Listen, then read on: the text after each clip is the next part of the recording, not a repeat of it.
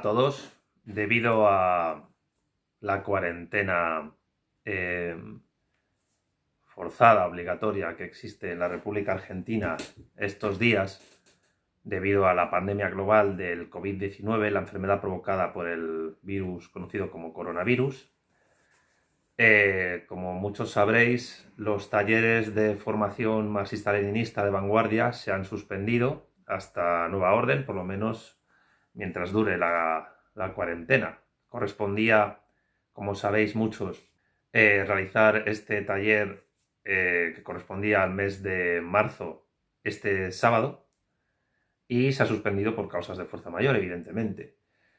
Ya lo habíamos suspendido antes de que se decretara la cuarentena forzada, la cuarentena obligatoria, por una cuestión de responsabilidad civil. Pero, bueno, Vanguardia se adelantó a los acontecimientos y decidió suspenderlo antes de que Alberto Fernández pues, lo decretara, cosa que honra muchísimo a esta organización y a su responsabilidad para con los trabajadores argentinos en general y con los porteños en particular, que son los que asisten físicamente a nuestros talleres. Esta grabación corresponde a esa sesión. Es una grabación un poco peculiar porque se va a hacer sin preguntas, sin interacción del público y donde yo básicamente me voy a dedicar a exponer el primer capítulo del libro con el cual nos encontramos ahora trabajando en los talleres, que es este, El Estado y la Revolución de Lenin. Es el tercer libro que estamos tratando en los talleres después de El Manifiesto Comunista de Marx y Engels y Trabajo Asalariado y Capital, y nos corresponde ahora pues continuar con El Estado y la Revolución. Vamos a desarrollar solo lo que es el primer capítulo, porque las sesiones durante este tiempo van a ser bastante más cortas, no nos vamos a extender hasta 3 horas como hemos hecho en los talleres físicos, donde la interacción con la gente es muchísimo más directa y donde también hay preguntas de los que ven en directo los talleres a través de redes sociales, Instagram, Facebook, etcétera, o YouTube. Y lo que nos vamos a dedicar es simplemente a exponer y leer el primer capítulo del Estado de la Revolución, esperando que la gente deje sus comentarios y sus preguntas sobre lo que aquí vamos a exponer en YouTube y otras redes sociales. Yo me he comprometido con Vanguardia, en la medida de lo posible, en tratar de responder esas preguntas, por lo menos los 2 primeros días que se vayan formulando, para, a medida que eso vaya ocurriendo, pues por escrito contestar a las mismas. Bueno, sin más dilación, vamos a empezar con lo que es este taller, esperando que sea del agrado de todos los que nos estén viendo, ¿no? El primer capítulo del libro El Estado de la Revolución se titula La sociedad de clases y el Estado. En este capítulo, Lenin lo que hace es básicamente exponer la relación dialéctica histórica, en un sentido materialista, que hay entre estos dos conceptos históricos, estos dos conceptos sociológicos, como son, y políticos, por supuesto. La sociedad de clases, es decir, la sociedad política en general, porque antes de la sociedad política, la sociedad prepolítica, la sociedad antropológica, humana, prehistórica, no hay clases sociales, y el Estado, ya que se refiere Lenin con lo que él entiende por Estado. Bien, a continuación me dispongo a leer lo que es el capítulo y vamos a ir comentando cada cosa que nos encontremos. El punto 1 se titula El Estado, producto del carácter irreconciliable de las contradicciones de clases. Se me olvidaba comentar que la edición que manejamos para este taller es la que se publicó en Argentina por el centenario de la publicación de este libro, que es 1917. Remito al anterior taller para ver la explicación bibliográfico-histórica de lo que supuso la edición de este libro, pero hay que mencionar que es la edición centenario la que voy a utilizar. Bien, hay otras ediciones, en España se puede encontrar por Alianza Editorial y luego evidentemente se puede encontrar el libro gratuitamente en internet, marxist.org y otras páginas, no necesariamente esa.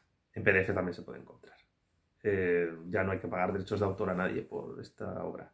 por esta obra que está fuera de derechos de autor. Como decía, el punto 1 dice: el Estado, producto del carácter irreconciliable de las contradicciones de clase. Lenin comienza así: ocurre hoy con la doctrina de Marx lo que ha solido ocurrir en la historia repetidas veces con las doctrinas de los pensadores revolucionarios y de los jefes de las clases oprimidas en su lucha por la liberación. En mira de los grandes revolucionarios, las clases opresoras los someten a constantes persecuciones, acogen sus doctrinas con la rabia más salvaje, con el odio más furioso, con la campaña más desenfrenada de mentiras y calumnias.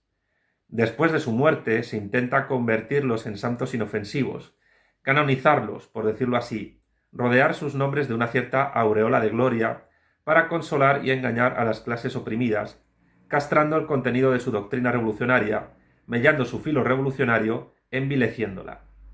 En semejante arreglo, entre comillas, de Lenin, del marxismo, se dan la mano actualmente la burguesía y los oportunistas dentro del movimiento obrero. Olvidan, relegan a un segundo plano, tergiversan el aspecto revolucionario de esta doctrina, su espíritu revolucionario. Hacen pasar a primer plano, ensalzan lo que es o parece ser aceptable para la burguesía. Todos los socialchauvinistas son hoy, bromas aparte, marxistas. Socialchauvinista es un término despectivo que utilizó Lenin en la época de la Primera Guerra Mundial para referirse a aquellos socialdemócratas que antepusieron el chauvinismo de nación colonial, de nación imperialista, en el sentido leninista de la palabra, a los intereses de la clase trabajadora, y por eso apoyaron los presupuestos de guerra de los gobiernos burgueses para intervenir en lo que fue la Gran Guerra, luego posteriormente conocida como Primera Guerra Mundial. El marxismo-leninismo posterior, la izquierda comunista de quinta generación, acusó a los socialchauvinistas de ser los precursores realmente del fascismo, algo que se vio muy claramente tanto en Alemania como antes, un poco antes en Italia. Y por eso pasaron de ser socialchauvinistas a ser socialfascistas. Continúa Lenin. Y cada vez con mayor frecuencia los sabios burgueses alemanes, que ayer todavía eran especialistas en pulverizar el marxismo, hablan hoy de un Marx nacional alemán que, según ellos, educó estas asociaciones obreras tan magníficamente organizadas para llevar a cabo la guerra de rapiña, la guerra colonial, la Primera Guerra Mundial. Ante esta situación, ante la inaudita difusión de las tergiversaciones del marxismo, nuestra misión consiste ante todo en restaurar, en cursiva, Lenin, la verdadera doctrina de Marx sobre el Estado. Para esto es necesario citar toda una serie de largos pasajes de las obras mismas de Marx y Engels. Naturalmente, las citas largas hacen la exposición pesada y en nada contribuyen a darle un carácter popular, pero es de todo punto imposible prescindir de ellas. No hay más remedio que citar del modo más completo posible todos los pasajes, o por lo menos todos los pasajes decisivos de las obras de Marx y Engels sobre la cuestión del Estado, para que el lector pueda formarse por su cuenta una noción del conjunto de las ideas de los fundadores del socialismo científico y del desarrollo de estas ideas, así como también para probar documentalmente y patentizar con toda claridad la tergiversación de estas ideas por el kautskismo o imperante. Remito de nuevo, digo, al taller anterior donde se presentó este libro, donde se explica contra quién va dirigido principalmente esta obra de Lenin, y es contra Kautsky, los kautskianos y los revisionistas del marxismo que, convertidos en socialchauvinistas, habían apoyado la intervención en la Gran Guerra Colonial, la Primera Guerra Mundial. Y lo que intenta Lenin justo en este momento, durante su exilio en Suiza, que es cuando escribe esta obra, es mostrar la verdadera doctrina de Marx acerca de lo que es la cuestión del Estado.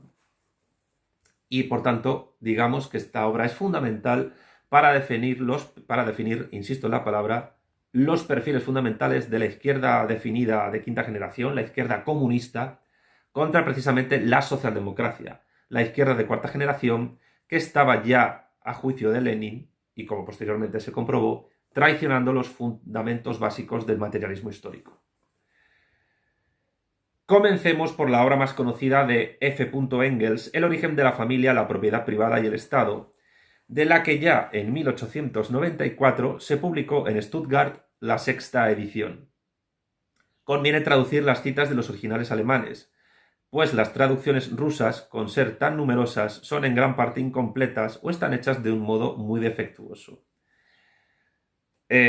A continuación viene una cita de Engels que Lenin recoge. Dice Engels: el Estado, dice Engels, resumiendo su análisis histórico, no es en modo alguno un poder impuesto desde fuera a la sociedad, ni es tampoco la realidad de la idea moral, la imagen y la realidad de la razón, como afirma Hegel.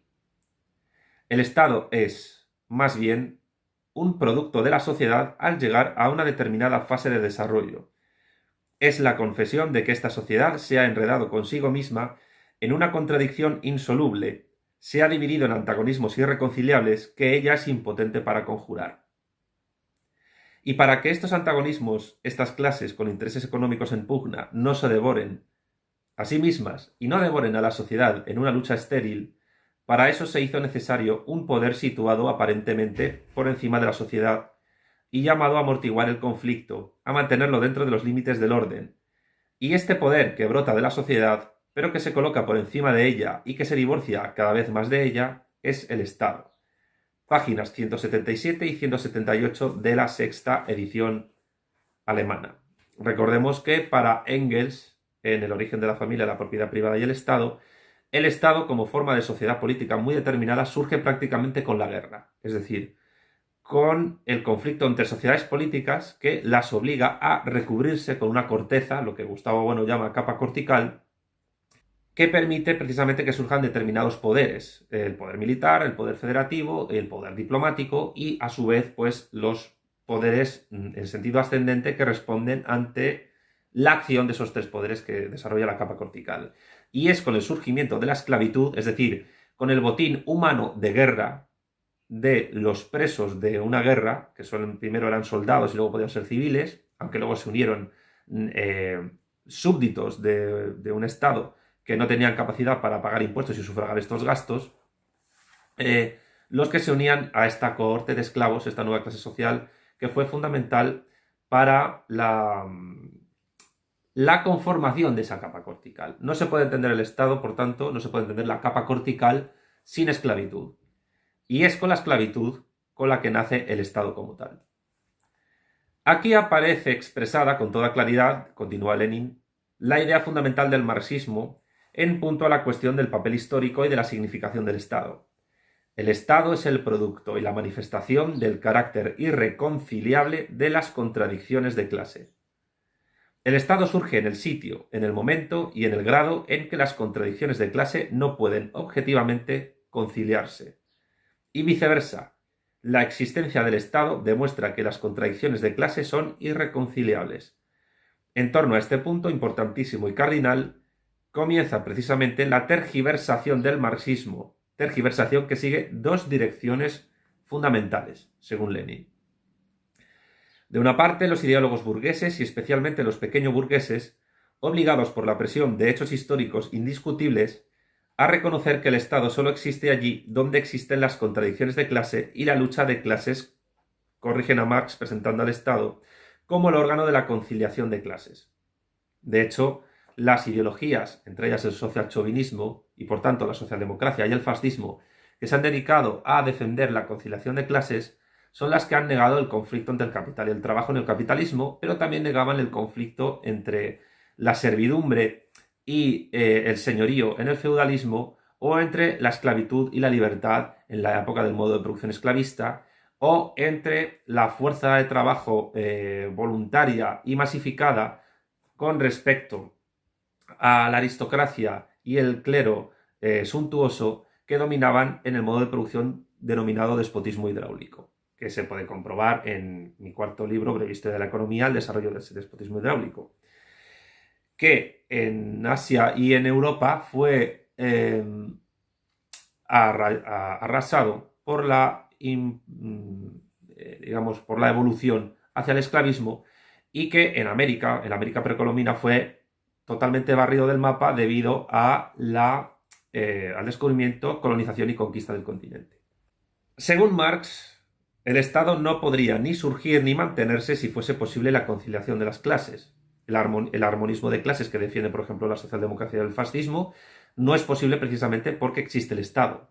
Y de ahí que en el ámbito de los estados de bienestar sigue habiendo conflicto capital-trabajo y también lo hubo en los estados fascistas. La prueba son las grandes purgas, como la noche de los cuchillos largos que ocurrió en la Alemania nazi, o, digamos, la gran hostilidad que tuvo Mussolini en los primeros momentos del régimen fascista en Italia contra los sectores más obreristas del fascismo, aunque luego en su República Social Italiana intentó paliar eso de una manera bastante efímera y siempre sujeta a la protección, porque era un protectorado, del Tercer Reich ya en declive entonces. En el caso de la España franquista, que no era un régimen específicamente fascista, la conciliación de clases se establecía a través del sindicato vertical, que procuraba, entre otras cosas, arrayar, reprimir completamente, no ya solo a los sectores, digamos, revolucionarios que estaban metidos, incrustados de manera clandestina por parte del Partido Comunista de España en el sindicato vertical, sino a aquellos sectores, digamos, más obreristas del falangismo que fueron también totalmente minados.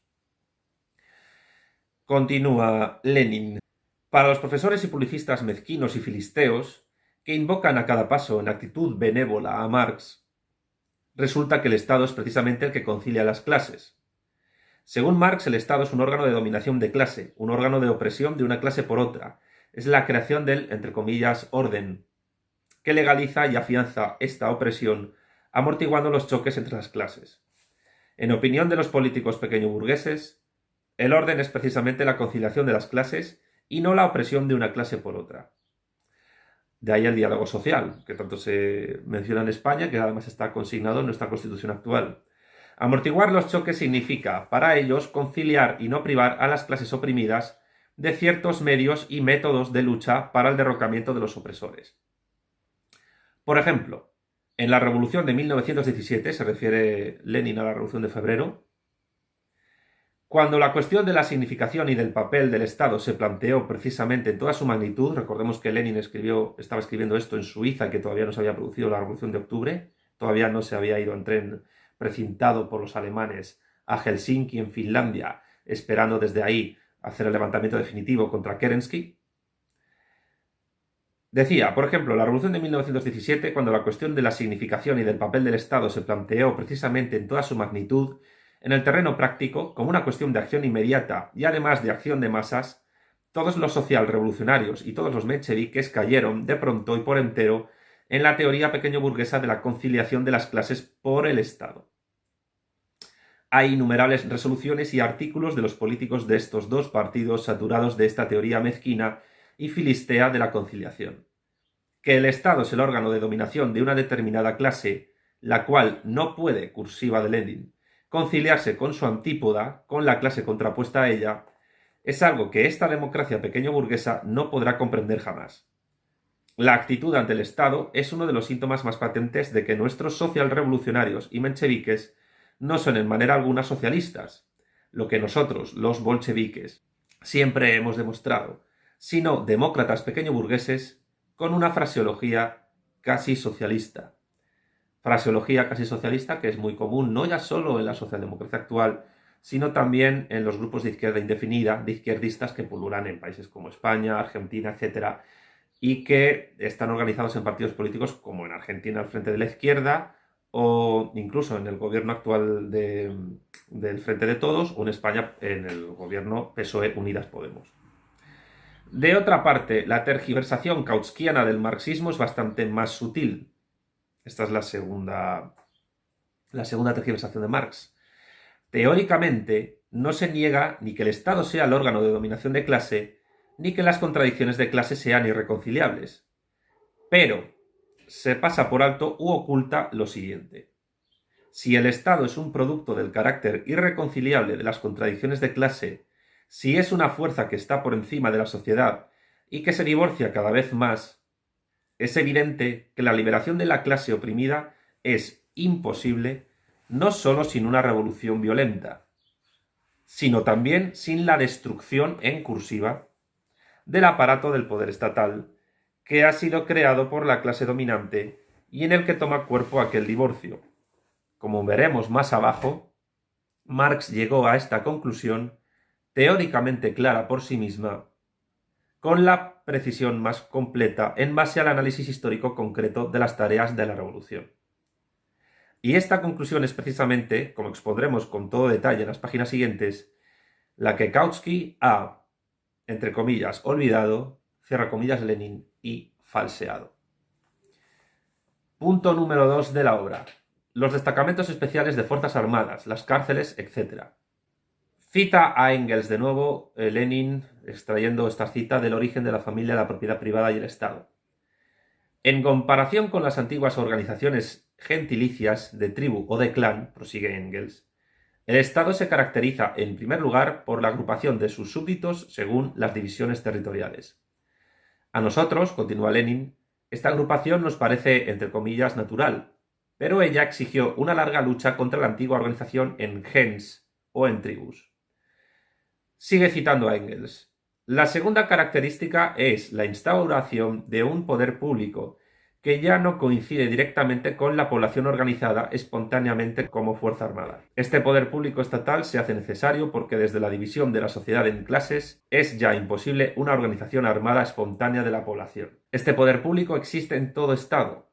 No está formado solamente por hombres armados, sino también por aditamentos materiales, las cárceles y las instituciones coercitivas de todo género que la sociedad gentilicia no conocía. Engels desarrolla la noción de esa fuerza a la que se da el nombre de Estado, fuerza que brota de la sociedad, pero que se sitúa por encima de ella y que se divorcia cada vez más de ella.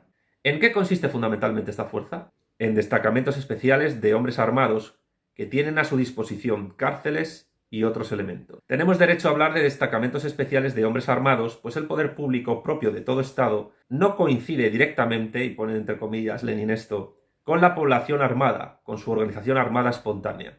Como todos los grandes pensadores revolucionarios, Engels se esfuerza en dirigir la atención de los obreros conscientes precisamente hacia aquello que el filisteísmo dominante considera como lo menos digno de atención, como lo más habitual, santificado por prejuicios no ya sólidos, sino podríamos decir que petrificados. El ejército permanente y la policía son los instrumentos fundamentales de la fuerza del poder del Estado. Pero, ¿puede acaso ser de otro modo? El ejército permanente y la policía, insiste Lenin, son los instrumentos fundamentales de la fuerza del poder del Estado. Es decir, el ejército, el poder militar, y la policía, el ejército permanente, y la policía en tanto que instrumento del poder ejecutivo, que son fuerzas fundamentales en el momento en que surge el Estado en la antigüedad para mantener en estado de esclavitud a esa clase social precisamente, y posteriormente para mantener el orden de clases existente en modos de producción posteriores. Desde el punto de vista, continúa Lenin, de la inmensa mayoría de los europeos de fines del siglo XIX, a quienes se dirigía Engels y que no habían vivido ni visto de cerca ninguna gran revolución, esto no podía ser de otro modo. Para ellos era completamente incomprensible esto de una organización armada espontánea de la población. A la pregunta de por qué ha surgido la necesidad de destacamentos especiales de hombres armados, policía y ejército permanente, situados por encima de la sociedad y divorciados de ella, el filisteo del occidente de Europa y el filisteo ruso se inclinaban a contestar con un par de frases tomadas de prestado de Spencer o de Mikhailovsky, remitiéndose a la complejidad de la vida social, a las diferencias de funciones, etc. Estas referencias parecen científicas, entre comillas, y adormecen magníficamente al filisteo, velando lo principal y fundamental, la división de la sociedad en clases enemigas irreconciliables. El papel del Estado, a través del ejército, a través de la policía, pero también de otros organismos administrativos, es evitar a toda costa que el conflicto entre clases sociales se convierta en contradicción. Porque la dialéctica es contradicción, y la contradicción, si no es fuerte, no es contradicción. El Estado, como sociedad política, según el argumento que Lenin está exponiendo en esta obra, en este capítulo, tiene como finalidad, como papel fundamental, y repito esto de una manera que se entienda, evitar que el conflicto entre clases se convierta en contradicción. Porque si se convierte en contradicción, entonces es posible la revolución de clase. Sea la revolución de la burguesía contra la aristocracia, sea la revolución del proletariado y los campesinos contra la burguesía. De ahí que los mecanismos del Estado moderno estén siempre encaminados a, entre comillas, armonizar el conflicto capital-trabajo. Continúa Lenin. Si no existiese esa división, La organización armada espontánea de la población se diferenciaría por su complejidad, por su elevada técnica, etc., de la organización primitiva de la manada de monos que manejan el palo, o de la del hombre prehistórico, o de la organización de los hombres agrupados en la sociedad del clan. Pero semejante organización sería imposible. Si es imposible, es porque la sociedad civilizada se halla dividida en clases enemigas, y además irreconciliablemente enemigas, cuyo armamento espontáneo conduciría a la lucha armada entre ellas. Se forma el Estado, se crea una fuerza especial, destacamentos especiales de hombres armados, y cada revolución, al destruir el aparato del Estado, nos indica bien visiblemente cómo la clase dominante se esfuerza por restaurar los destacamentos especiales de hombres armados a su servicio, cómo la clase oprimida se esfuerza en crear una nueva organización de este tipo, que sea capaz de servir no a los explotadores, sino a los explotados. En el pasaje citado, Engels plantea teóricamente la misma cuestión que cada gran revolución plantea ante nosotros prácticamente de un modo palpable, y además sobre un plano de acción de masas, a saber, la cuestión de las relaciones mutuas entre los destacamentos especiales de hombres armados y la organización armada espontánea de la población. Hemos de ver cómo ilustra de un modo concreto esta cuestión la experiencia de las revoluciones europeas y rusas. Pero volvamos a la exposición de Engels. Engels señala que, a veces, por ejemplo, en algunos sitios de Norteamérica, este poder público es débil. Se trata aquí de excepciones raras dentro de la sociedad capitalista y de aquellos sitios de Norteamérica en que imperaba, en el periodo preimperialista, el colono libre. Es decir, momentos en que las sociedades políticas de América del Norte, tanto de Estados Unidos como antes, con las colonias del Imperio Británico y del francés,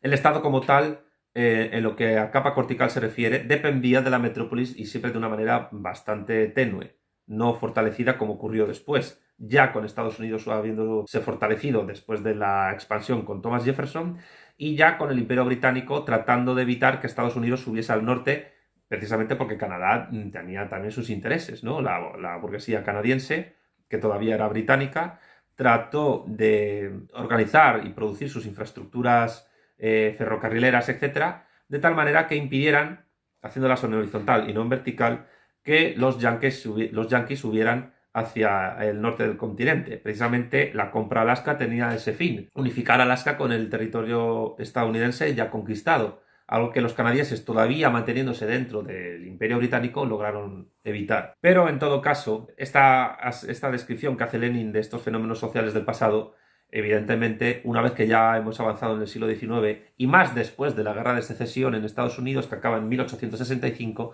deja de existir. Ya tenemos un Estado plenamente consolidado, que ya lo estaba, pero ahora totalmente, porque han conseguido además acabar con los restos de esclavismo que existían, con la dependencia económica que eso suponía del Imperio Británico y con la industrialización que generó la gran burguesía estadounidense, que durante 150 años o 160 años se ha convertido en la clase hegemónica del imperio más poderoso por ahora de la historia de la humanidad. Pero que en términos generales se fortalece. Sigue Lenin citando a Engels.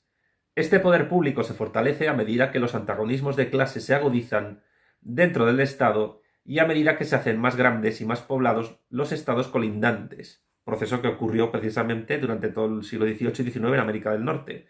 Basta fijarse en nuestra Europa actual, donde la lucha de clases y el pugilato de conquistas han encumbrado al poder público a una altura en que amenaza con devorar a toda la sociedad y hasta el mismo Estado.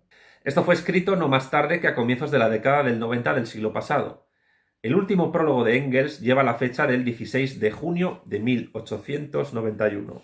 Por aquel entonces comenzaba apenas en Francia y más tenuemente todavía en Norteamérica y en Alemania el viraje hacia el imperialismo, que Lenin ya había tratado en su obra anterior, El imperialismo, fase superior del capitalismo, o Estadio avanzado del capitalismo, que sería, digamos, la traducción más adecuada.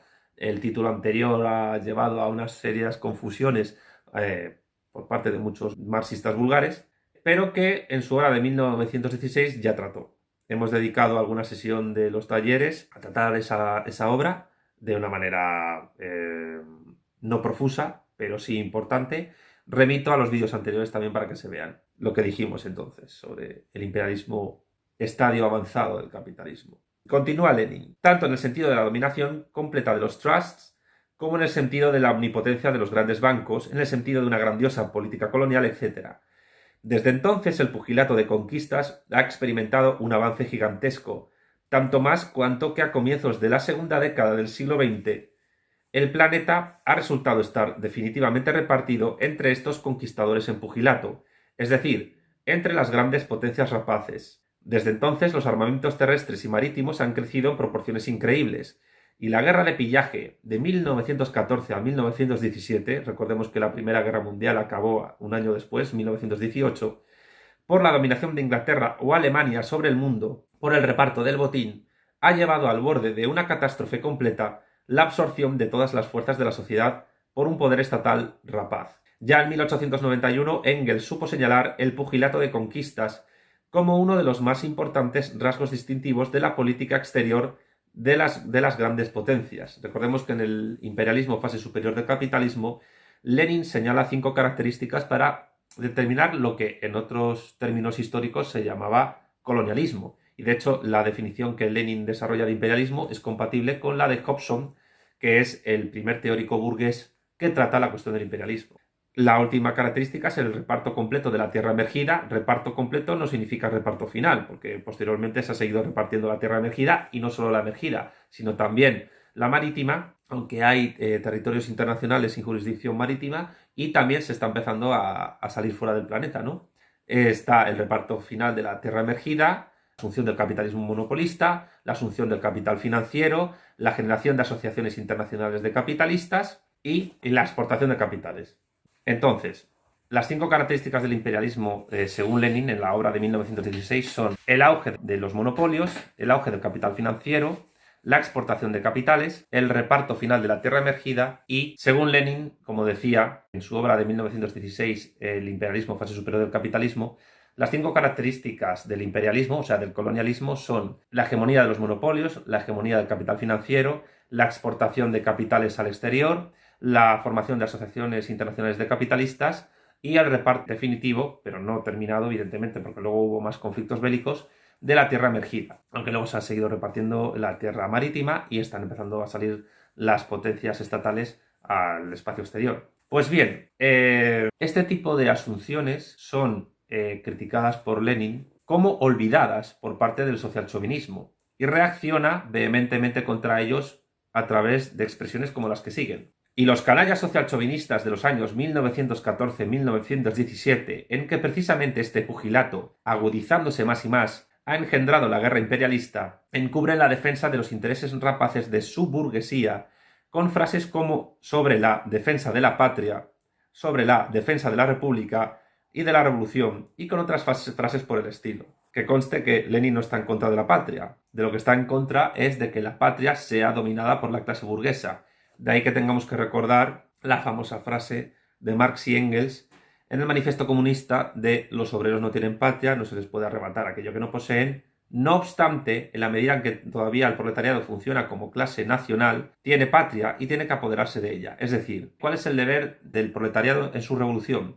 Elevarse a la condición de clase nacional. Precisamente elevarse a la condición de clase nacional para evitar que existan guerras de pillaje como la que fue la Primera Guerra Mundial. Punto 3 del capítulo. El Estado, arma de explotación de la clase oprimida. Para mantener un poder público aparte, situado por encima de la sociedad, son necesarios los impuestos y las deudas del Estado. Los funcionarios, pertrechados con el poder público y con el derecho a cobrar impuestos, están situados, dice Engels, como órganos de la sociedad, por encima de la sociedad.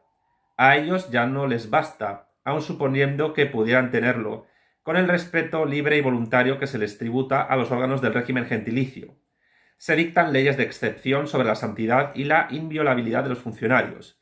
El más despreciable polizonte tiene más autoridad que los representantes del clan, pero incluso el jefe del poder militar de un estado civilizado podría envidiar a un jefe de clan por el respeto espontáneo que le profesaba la sociedad.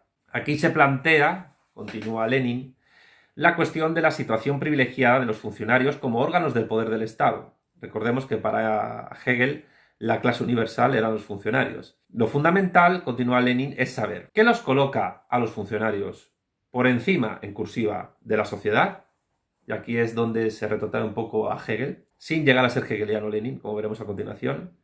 Veamos cómo esta cuestión teórica fue resuelta prácticamente por la Comuna de París en 1871, y cómo la esfumó reaccionariamente Kautsky en 1912. Engels. Como el Estado nació de la necesidad de tener a raya los antagonismos de clase y como al mismo tiempo nació en medio del conflicto de estas clases, el Estado lo es, por regla general, de la clase más poderosa, de la clase económicamente dominante, que con ayuda de él se convierte también en la clase políticamente dominante, adquiriendo así nuevos medios para la represión y explotación de la clase oprimida. No fueron solo el Estado antiguo y el Estado feudal órganos de explotación de los esclavos y de los campesinos, siervos y vasallos. También el moderno Estado representativo, es decir, la democracia, es instrumento de explotación del trabajo asalariado por el capital. Sin embargo, excepcionalmente, hay periodos en que las clases en pugna se equilibran hasta tal punto que el poder del Estado adquiere momentáneamente, como aparente mediador, una cierta independencia respecto a ambas.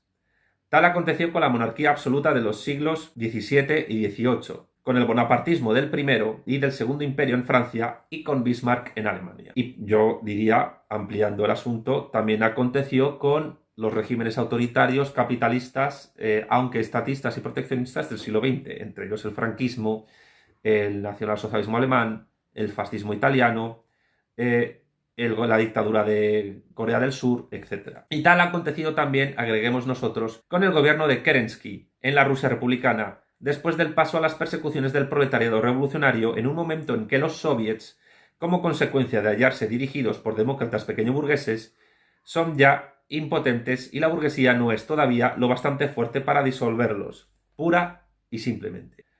En la República Democrática, prosigue Engels, la riqueza ejerce su poder indirectamente, pero de un modo tanto más seguro y lo ejerce, en primer lugar, mediante la corrupción directa de los funcionarios, como en Norteamérica, y en segundo lugar, mediante la alianza del gobierno con la bolsa, Francia y Norteamérica. Es decir, como Bueno expuso en uno de sus últimos textos, El fundamentalismo democrático, que en un primer momento se iba a llamar Corrupción y Democrática, publicado por Temas de Hoy en 2010, la democracia, en tanto que Estado, en tanto que sociedad política, no muere por la corrupción, hiede, pero necesita de la corrupción, y la corrupción es eminentemente tanto, aunque hay corrupción no delictiva, que es una corrupción ideológica, una degeneración ideológica, como la que ocurre con la filosofía posmoderna, pero también con la delictiva, es decir, con la corrupción de los cargos públicos, de los funcionarios y de los políticos, es como la democracia consigue también mantenerse a flote. Y la alianza entre el Estado, el gobierno y la bolsa, por tanto la especulación financiera del capital, también se ejerce una cierta aunque sea legal, corrupción no delictiva, porque deja todo a mecanismos de suerte, de azar y de especulación. Digamos, el tratar de aminorar la posible evolución del conflicto capital-trabajo a contradicción. El Estado necesita la corrupción y necesita la bolsa. La bolsa necesita al Estado y necesita la corrupción. Y la corrupción necesita al Estado y necesita la bolsa. En estas aseveraciones, como se puede resumir este párrafo de Engels que Lenin cita aquí en El Estado y la Revolución. Continúa Lenin. En la actualidad, el imperialismo y la dominación de los bancos han, entre comillas, desarrollado, hasta convertirlos en un arte extraordinario, estos dos métodos adecuados para defender y llevar a la práctica la omnipotencia de la riqueza en las repúblicas democráticas, sean cuales fueren. Si, por ejemplo, en los primeros meses de la República Democrática Rusa, en los meses que podemos llamar de la luna de miel de los socialistas, entre comillas socialistas, socialrevolucionarios y mencheviques, con la burguesía en el gobierno de coalición, el señor Palchinsky saboteó todas las medidas de restricción contra los capitalistas y sus latrocinios, contra sus actos de saqueo en detrimento del fisco mediante los suministros de guerra, y si al salir del ministerio el señor Palchinsky, sustituido naturalmente por otro Palchinsky exactamente igual, fue el señor Palchinsky recompensado por los capitalistas con un puestecito de 120.000 rublos de sueldo al año, ¿qué significa esto? Esto nos retrotrae a las famosas puertas giratorias, en las cuales los políticos y muchos funcionarios de Estado acaban en algún puesto público o privado como recompensa o remuneración de su labor para impedir que el conflicto capital-trabajo se convierta en contradicción.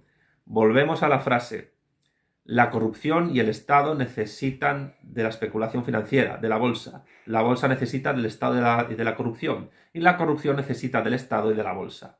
Este círculo vicioso es uno, no el único, pero es uno de los que sustentan a la sociedad política democrática en el modo de producción capitalista, insisto, para impedir, mitigar o yugular o tratar de armonizar, entre comillas, el conflicto capital-trabajo para que este no se convierta en contradicción, no dé el paso a la dialéctica. Bien, ¿qué significa esto?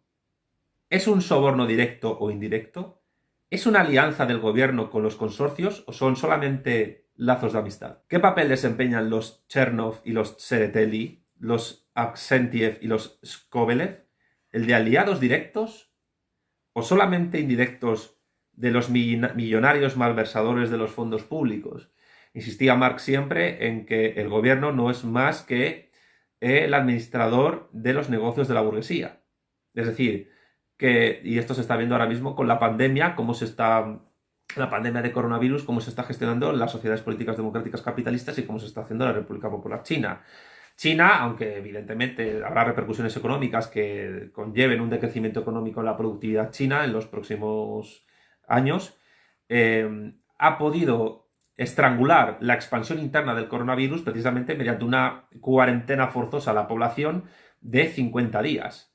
Los estados democrático-burgueses no se pueden permitir el lujo, muchos de ellos, de hacer algo así, no ya solo por la cuestión de la extracción de plusvalor del proletariado, sino también por la cuestión de que el gobierno burgués tiene que administrar los negocios burgueses para hacer que estos sigan siendo funcionales al armonismo de clases. Es decir, evitar que el conflicto capital-trabajo se convierta en contradicción.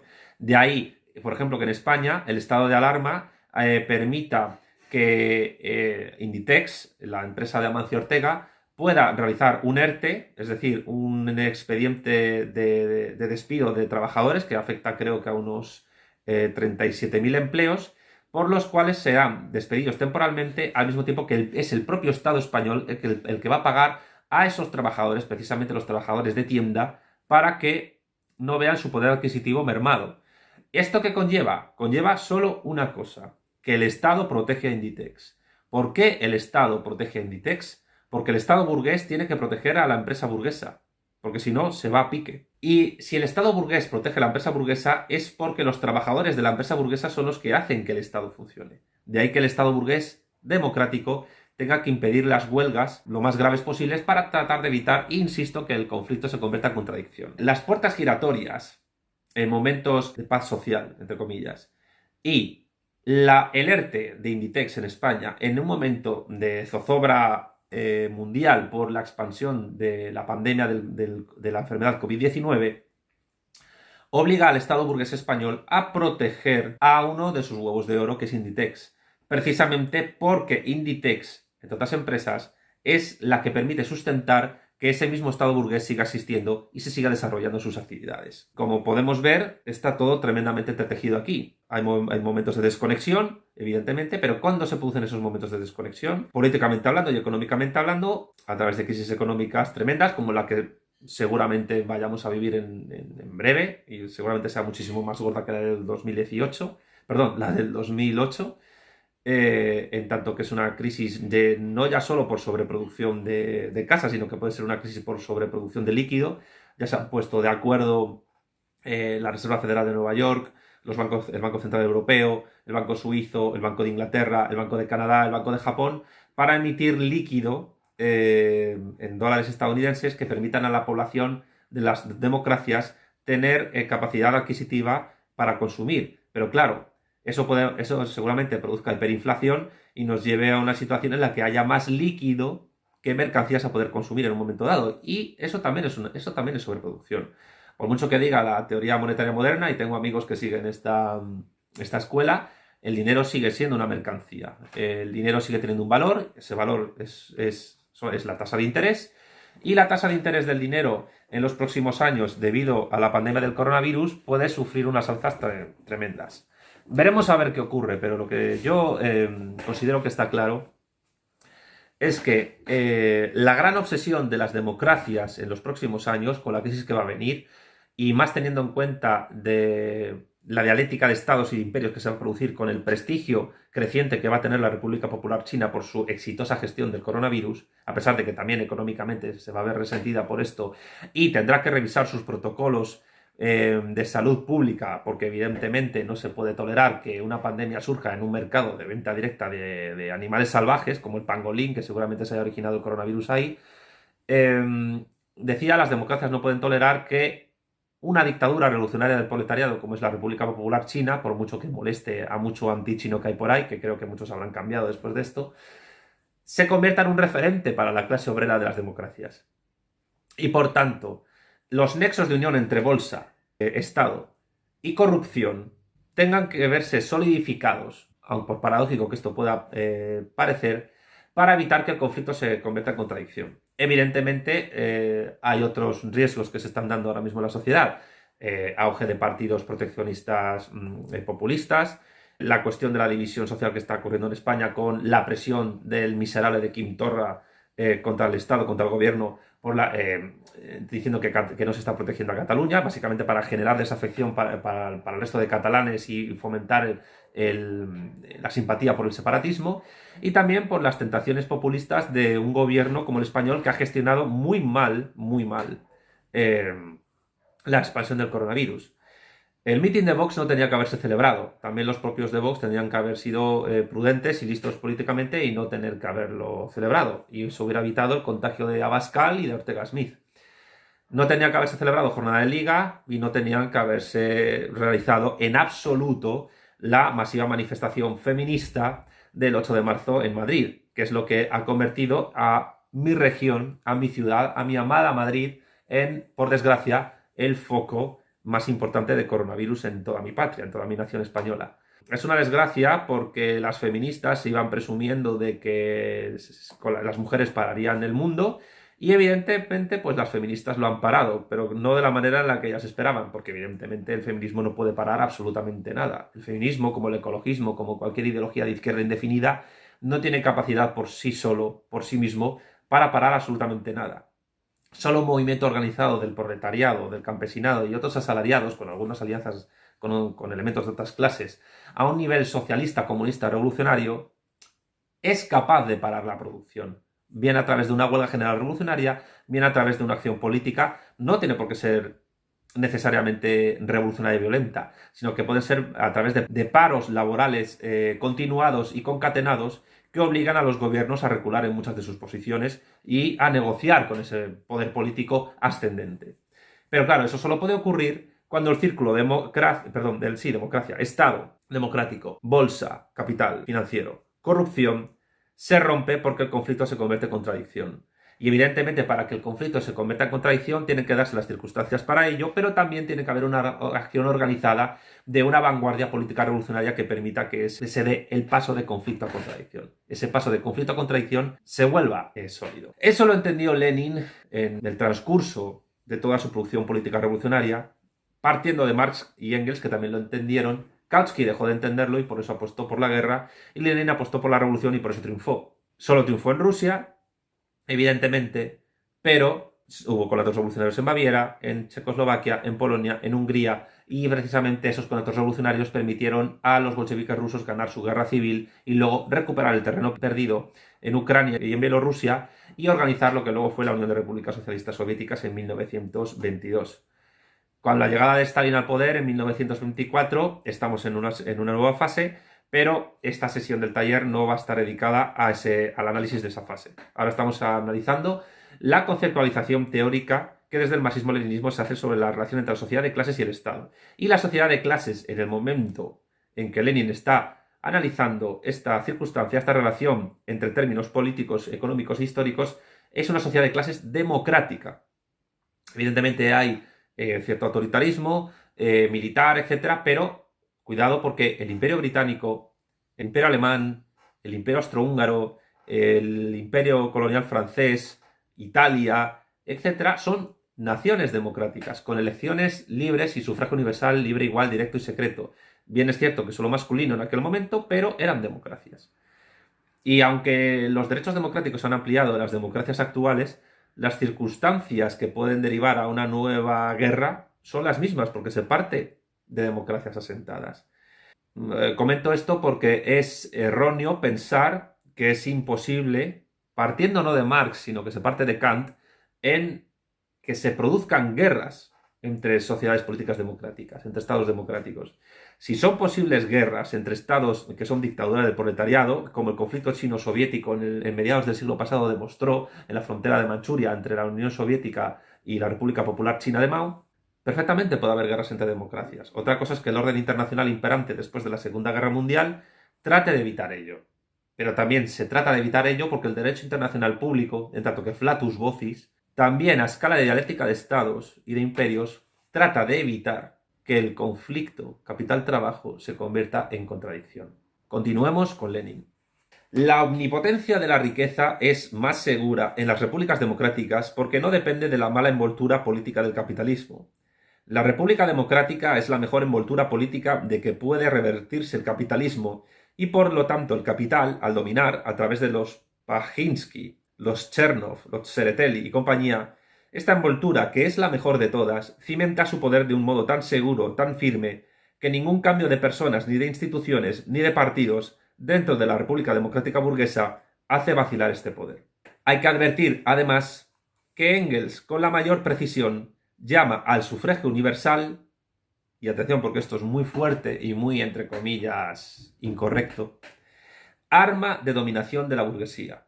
Repito, Engels, con la mayor precisión, según Lenin, llama al sufragio universal libre, igual, directo y secreto, para que se entienda aquí lo que se entiende desde el marxismo por sufragio universal, arma de dominación de la burguesía.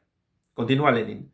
El sufragio universal, dice Engels, sacando evidentemente las enseñanzas de la larga experiencia de la socialdemocracia alemana, es, entre comillas, citando a Engels, el índice que sirve para medir la madurez de la clase obrera. No puede ser más, ni será nunca más, en el estado actual. ¿Qué significa esto?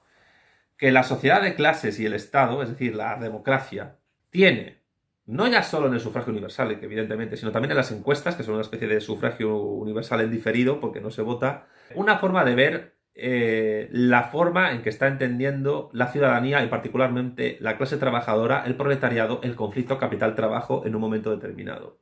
Y para las fuerzas marxistas, para las organizaciones marxistas revolucionarias, el sufragio universal y las encuestas también sirven para entender el grado de madurez que la clase trabajadora tiene respecto a su propia situación respecto de la democracia.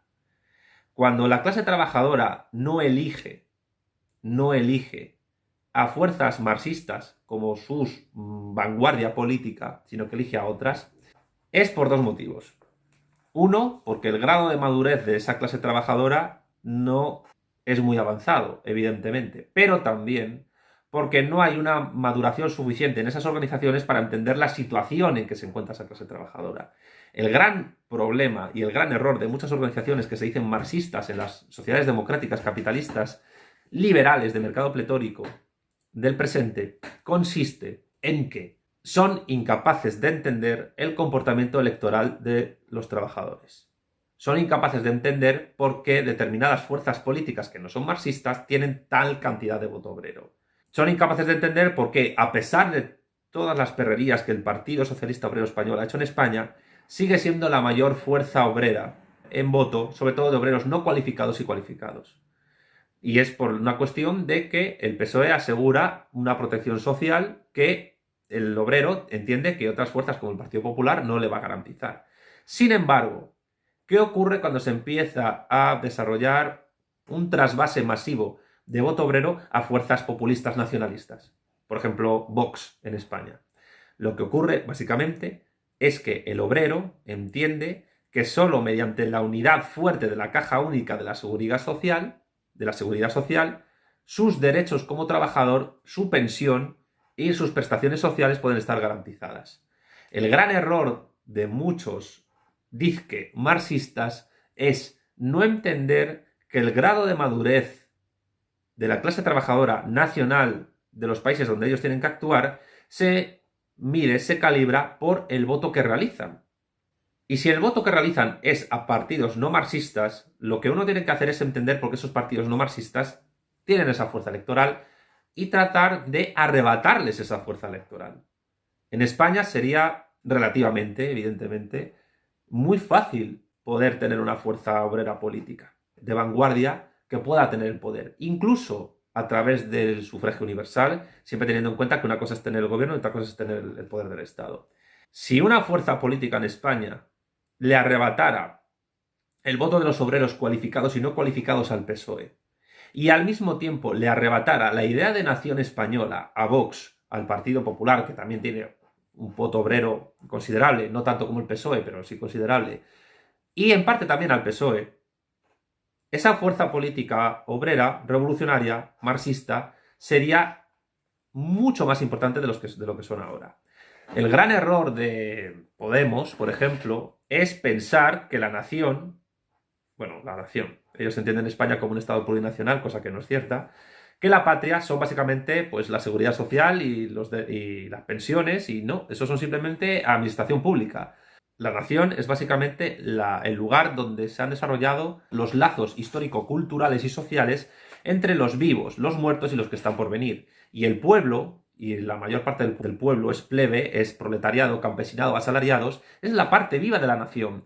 Es la que hereda la herencia de los muertos y la que la transmite a los que están por venir. Una fuerza política revolucionaria comunista que no entienda esto está totalmente muerta. Por eso Podemos, que no es marxista, es socialdemocracia, y por ello fracasa estrepitosamente en su intento de transformar la sociedad. Continúa Lenin. La omnipotencia de la, entre comillas, riqueza es más segura, cursiva de Lenin, en las repúblicas democráticas, porque no depende de la mala envoltura política del capitalismo. La república democrática es la mejor envoltura política de que puede revestirse el capitalismo, y por lo tanto el capital, al dominar a través de los Pajinsky, los Chernov y los Tseretelli y compañía, esta envoltura, que es la mejor de todas, cimenta su poder de un modo tan seguro, tan firme, que ningún cambio de personas, ni de instituciones, ni de partidos dentro de la República Democrática Burguesa hace vacilar este poder. Es decir, como diría Gustavo Bueno, si no existe el mercado, no existe la democracia. Es decir, sin capitalismo, sin mercados capitalistas, sería imposible la democracia liberal burguesa o de partidos.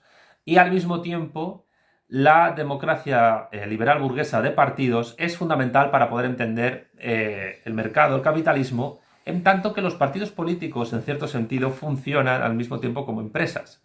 Ofertan al público un producto, su programa electoral, sus acciones gubernamentales, su ideología, y los votantes, es decir, los demandantes, los consumidores, al mismo tiempo los trabajadores, son los que mediante su voto, que es el acto de compra de la mercancía, los que sancionan la validez de ese producto o no. Al modo de producción capitalista le es indiferente que partido de izquierdas, de derecha, de centro, de tercera, cuarta o quinta posición es el que sustenta el poder a la hora de administrar los negocios del capital. De ahí que, por ejemplo, Lenin, Stalin, Mao Zedong rechazaran la dicotomía izquierda-derechas por ser una dicotomía burguesa. Recordemos que esta dicotomía surge de la Revolución Francesa y del momento en el cual los partidarios de la nación política se sitúan a la izquierda del monarca Luis XVI y a la derecha los partidarios de la Unión del Trono y el Altar. El comunismo como ideología se sitúa dentro de los parámetros esquemáticos del régimen burgués parlamentario a la izquierda, pero pretendiendo siempre romperlo. De hecho, el comunismo solo resulta exitoso en el momento no ya solo en que convierte el conflicto capital-trabajo en contradicción, aprovechando las circunstancias, sino también en el momento en el cual el conflicto izquierda-derecha se convierte en contradicción. Porque para el comunismo, a diferencia de para las ideologías que aceptan la democracia liberal burguesa, y aquí hay que incluir a ciertas ideologías de izquierdas en el pasado, como los socialdemócratas o los liberales, para el comunismo, repito, la dicotomía no es izquierda-derecha, sino que es capitalismo-comunismo. Evidentemente, esta dicotomía, al igual que izquierda-derecha, puede llevar problemas, es decir, interpretativos, y puede ser excesivamente maniquea. Pero, sin embargo, es mucho más clara respecto al posicionamiento que da de tener un militante comunista, un militante revolucionario, un marxista o un proletario que acepta el programa comunista a la hora de posicionarse respecto del modo de producción capitalista que un posicionamiento izquierda-derecha. Por eso los comunistas se oponen tanto a los conservadores como a los liberales, tanto a los progresistas como a los tradicionalistas, y por tanto el comunista se opone tanto a la izquierda como a la derecha. Evidentemente ha habido otras ideologías que en el pasado y todavía han rechazado esa dicotomía. El liberalismo, en cierto sentido, por ejemplo, digamos que asume ser al mismo tiempo de izquierdas y de derechas. Y también hay ideologías como las fascistas que se oponen a esa dicotomía y afirman no ser de izquierdas y de derechas. Sin embargo, el fascismo pretende, digamos, acabar con la dicotomía izquierda y derecha sin transformar el conflicto capital-trabajo en contradicción, sino asumiendo ese conflicto y armonizándolo en un estado corporativo donde las clases se armonicen unas a otras a través de un sindicato vertical. El comunista no pretende eso, el comunista pretende elevar al proletariado a la condición de clase nacional, sustituir la democracia liberal burguesa partitocrática, es decir, la dictadura de la burguesía, por un estado nuevo, que es la dictadura del proletariado, donde el eje de coordenadas izquierda-derecha ya no responda a los parámetros burgueses, sino que además se extinga mediante el dominio de clase del proletariado. Entendida esta diferencia, yo creo que es cuando se puede entender un poco por qué no se puede hablar en los regímenes comunistas o los regímenes de dictadura del proletariado de dicotomía izquierda-derecha, porque precisamente el comunismo pretende romper esa dicotomía, que tiene un nacimiento, un desarrollo histórico, que es correspondiente al desarrollo histórico del modo de producción capitalista, en tanto que este modo de producción necesita imperiosamente para desarrollarse de un sistema político democrático, y por tanto necesita de la distinción izquierda-derecha, porque en la dictadura del proletariado y en el modo de producción comunista, esa dicotomía izquierda-derecha dejará de existir, es decir, tiene fecha de caducidad. Continúa Lenin. Hay que advertir, además, que Engels, con la mayor precisión, llama al sufragio universal, y atención porque esto es muy fuerte y muy, entre comillas, incorrecto, arma de dominación de la burguesía. Repito, Engels, con la mayor precisión, según Lenin, llama al sufragio universal libre, igual, directo y secreto, para que se entienda aquí lo que se entiende desde el marxismo por sufragio universal, arma de dominación de la burguesía. Continúa Lenin. El sufragio universal, dice Engels, sacando evidentemente las enseñanzas de la larga experiencia de la socialdemocracia alemana, es, entre comillas, citando a Engels, el índice que sirve para medir la madurez de la clase obrera. No puede ser más, ni será nunca más, en el estado actual. Los demócratas pequeñoburgueses, por el estilo de nuestros socialrevolucionarios o mencheviques, y sus hermanos carnales, todos los socialchauvinistas y oportunistas de la Europa occidental, esperan, en efecto, más, entre comillas, del sufragio universal. Comparten ellos mismos e inculcan al pueblo la falsa idea de que el sufragio universal es, en el estado actual, un medio capaz de expresar realmente la voluntad de la mayoría de los trabajadores y de garantizar su efectividad práctica. Este párrafo ya es de la sesión nueva, de la sesión de hoy, o sea, del vídeo que grabo hoy. Aquí no podemos hacer más que señalar esta idea mentirosa, poner de manifiesto que esta afirmación de Engels, completamente clara, precisa y concreta, se falsea a cada paso en la propaganda y en la agitación de los partidos socialistas oficiales, es decir, oportunistas. En estos partidos oportunistas hay que meter a toda la izquierda fundamentalista, que no es más que la organización política de la izquierda indefinida, que se postula a las elecciones en las democracias liberales burguesas de mercado pletórico. En el caso español, PSOE y Podemos. En el caso argentino, pues el Frente de Todos.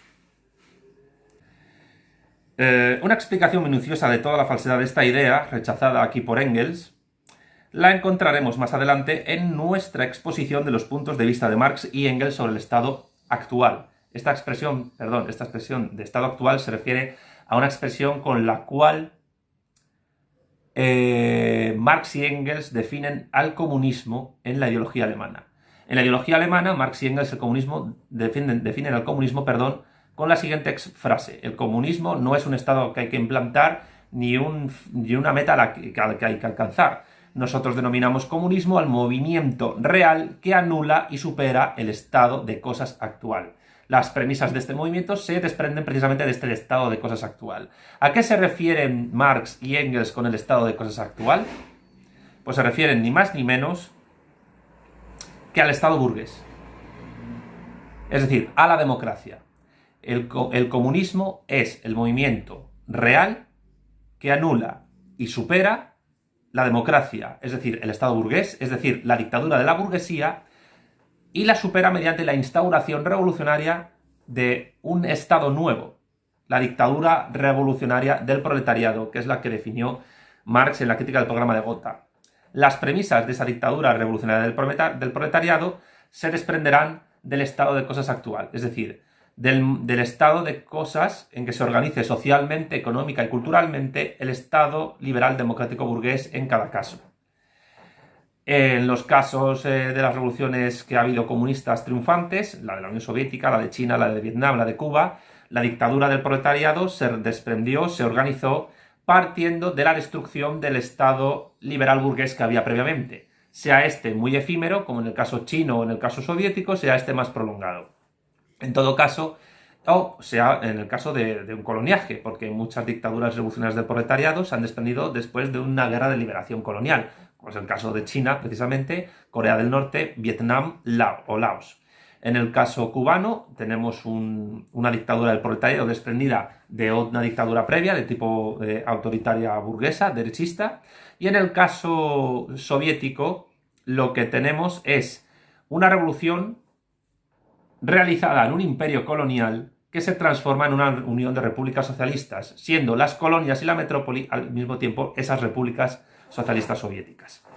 Pues bien, en este siglo XXI el estado de cosas actual es la democracia liberal burguesa homologada a escala planetaria, y los comunistas, la misión que tienen o que tendremos será anular y superar ese estado de cosas actual para partir a un nuevo estado, la dictadura revolucionaria del proletariado, que asumirá en cada caso determinados elementos democráticos previos. Y otros los anulará y otros los transformará. Bien, en la más popular de sus obras, Engels traza el resumen general de sus puntos de vista en los siguientes términos. Cita ya a Engels el camarada Lenin. Por tanto, el Estado no ha existido eternamente. Ha habido sociedades que se las arreglaron sin él, que no tuvieron la menor noción del Estado ni del poder estatal. Esto lo vimos en alguna sesión anterior, hablando de las sociedades humanas prehistóricas, el salvajismo del Paleolítico, la barbarie del Neolítico y la civilización, donde ya había sociedades políticas preestatales que duraron prácticamente desde los estadios intermedios y finales de la Edad de los Metales hasta el inicio del Estado con el esclavismo. En este punto coinciden tanto Gustavo Bueno como Engels en su famoso opúsculo del origen de la familia, la propiedad privada y el Estado. Son sociedades preestatales en tanto que tienen capa conjuntiva, poder legislativo, ejecutivo y judicial, capa basal, poder gestor, planificador y redistributivo, pero no tienen capa cortical. La capa cortical surge con la guerra. Con la guerra surge el poder militar, el poder federativo y el poder diplomático. Y con la guerra y con la capa cortical surge la esclavitud y por tanto surge el Estado. Ese es básicamente el resumen y el punto de conexión entre Bueno y Engels. Con lo cual, la dialéctica de clases como tal, la propiedad privada como tal, requiere de ejército, requiere de diplomacia y requiere de poder federativo. Y por tanto requiere de que exista esclavitud que explote esa propiedad.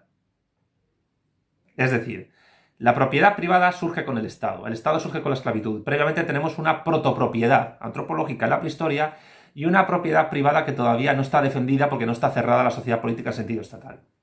Bien.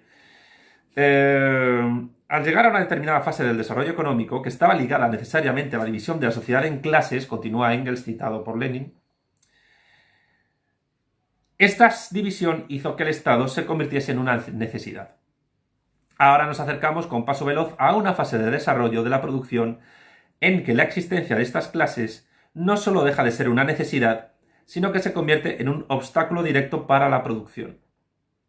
Las clases desaparecerán de un modo tan inevitable como surgieron en su día.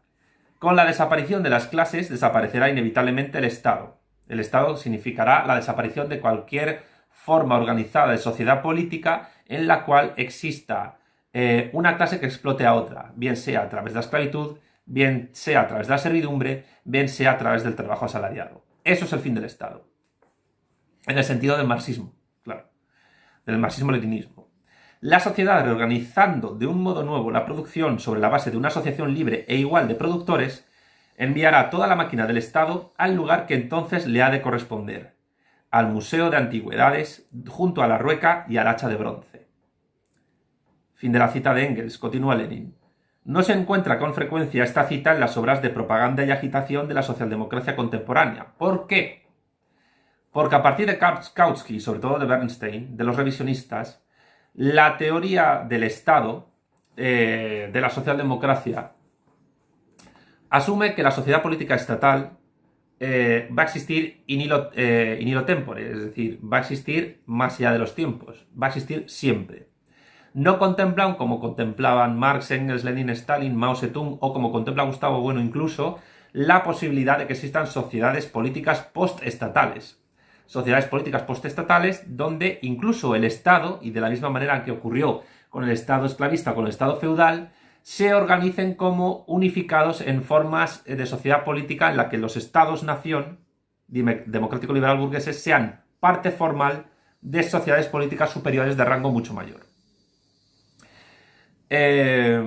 Bernstein, el revisionismo, asume que el Estado va a ser eterno. Y, claro, de ahí el gran enfrentamiento que surge entre los que asumen la dicotomía izquierda y derecha, los que se desmarxistizan y asumen el estado del bienestar, y aquellos que continúan con la doctrina materialista de evolución histórica de las sociedades políticas, que es básicamente la ruptura entre los bolcheviques de Lenin y los revisionistas de Bernstein y Kautsky, aunque aquí está atacando Lenin a Kautsky, que asume las doctrinas de Bernstein. Revisionistas y antimarxistas, evidentemente, antihistóricas. Por eso, tanta insistencia en la socialdemocracia en continuar la dicotomía izquierda y derecha, progresismo conservador. ¿Por qué? Porque la socialdemocracia, al perpetuar esta dicotomía, lo que pretende sobre todo es perpetuarse en el poder y erigirse en el fondo como los administradores progresistas del capital burgués. Y por eso, para la progresía socialdemócrata, todo aquel que se oponga a su dominación se opone a la dominación de la clase burguesa en su facción más progresista, y por tanto es un fascista o un facha.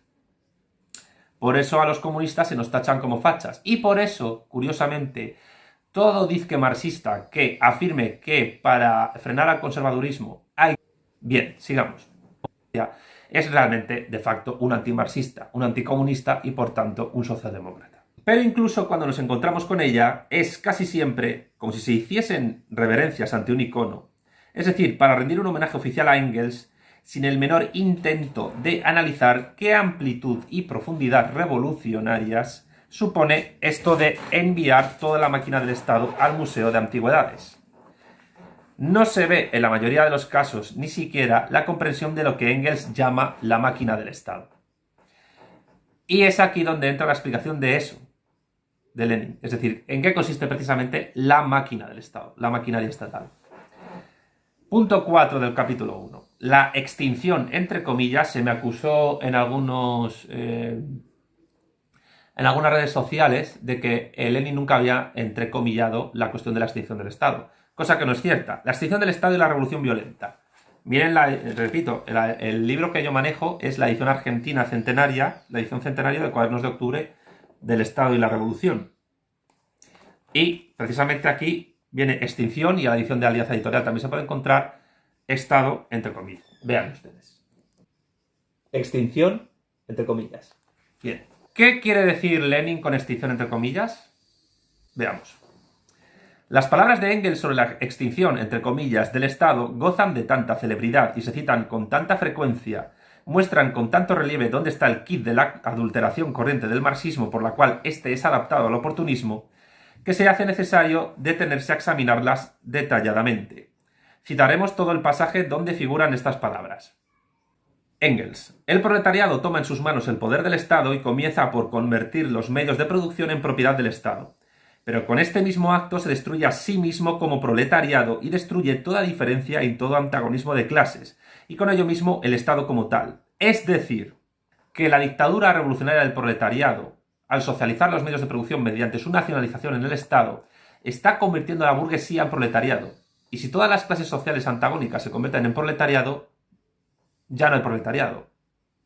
Esto es como la crítica que hacía Aristóteles a Platón en sus bienes comunales en la República. Es decir, decía Aristóteles, si todo es de todos, nada es de nadie.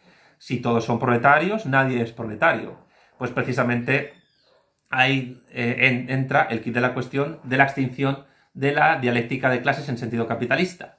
Si el fin de la revolución comunista es extinguir la dicotomía proletariado-burguesía y por tanto acabar con el conflicto capital-trabajo mediante su revolución dialéctica mediante el aprovechamiento de su conversión de conflicto-contradicción, lo que ocurre es que la contradicción capital-trabajo termina en el momento en que ya no hay capital, porque ya no hay trabajo. Porque los trabajadores se convierten en otra cosa. Se convierten en una parte sustancial de la maquinaria del nuevo Estado. Del Estado que se extingue como tal, entre comillas, porque ya no existe el conflicto entre capital y trabajo. El modo de producción comunista es un modo de producción en el cual las sociedades políticas postestatales siguen conservando cierta maquinaria estatal administrativa, pero de tal manera que ya ella no sirve para mantener y perpetuar el conflicto capital-trabajo. Repito lo que dice Engels. El proletariado toma en sus manos el poder del Estado burgués y comienza por convertir los medios de producción en propiedad del Estado proletario. Pero con este mismo acto se destruye a sí mismo como proletariado y destruye toda diferencia y todo antagonismo de clases, y con ello mismo el Estado como tal. Esta frase de Engels lo que nos viene a probar es que la revolución comunista no tiene como fin el anarquismo, es decir, no tiene como fin la extinción del Estado en un sentido, digamos, literal, explícito de la palabra, tanto en sentido anarcocomunista o anarcosindicalista como en sentido anarcocapitalista. Es otro sentido completamente distinto.